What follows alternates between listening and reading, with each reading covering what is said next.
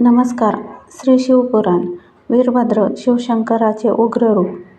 हा अवतार तेव्हा घडला जेव्हा ब्रह्मदेवाचा पुत्र दक्ष याने यज्ञाचे आयोजन केले होते, परंतु त्यामध्ये भगवान शिवांना आमंत्रित केले नव्हते. तर दक्षकन्या सती हिचा विवाह शिवाशी झाला होता. यज्ञाची माहिती मिळाल्यावर सतीनेही तेथे जाण्यास सांगितले, परंतु शिवाने आमंत्रण न देता जाण्यास नकार दिला. तरीही सती आग्रह करून एकटीच तेथे गेली. वडिलांच्या घरी शिवाचा आणि स्वतःचा अपमान झाल्याचे वाटल्यावर तिने संतप्त होऊन यज्ञात उडी घेऊन आपल्या देहाचा त्याग केला.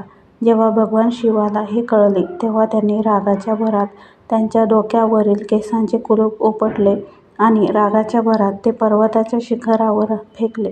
त्या केसांच्या पुढच्या भागातून भयंकर वीरभद्र प्रकट झाला. म्हणजेच सतीच्या प्राणत्यागामुळे दुःखी झालेल्या भगवान शिवाने उग्र रूप धारण केले आणि क्रोधाने आपले ओठ चावले. विजेच्या लखलखाट आणि अग्नीच्या ज्वालासारखे चमकणारे त्यांचे एक कुलूप उपटून टाकले. अचानक उठून त्यांनी एक गंभीर उसासा टाकून केस पृथ्वीवर फेकले. त्यातून भयंकर वीरभद्र प्रकटला. भगवान शिवाच्या वीरभद्र अवताराचे आपल्या जीवनात खूप महत्त्व आहे. हा अवतार आपल्याला शक्तीचा योग्य वापर करण्याचा संदेश देतो. नायकाचे दोन वर्ग आहेत, थोर आणि असभ्य नायक. राम, अर्जुन आणि भीम शूर होते. रावण, दुर्योधन आणि कर्ण हे सुद्धा शूर होते. पण पहिला म्हणजे भद्र सुसंस्कृत शूर वर्ग आणि दुसरा अभद्र असंस्कृत शूर वर्ग.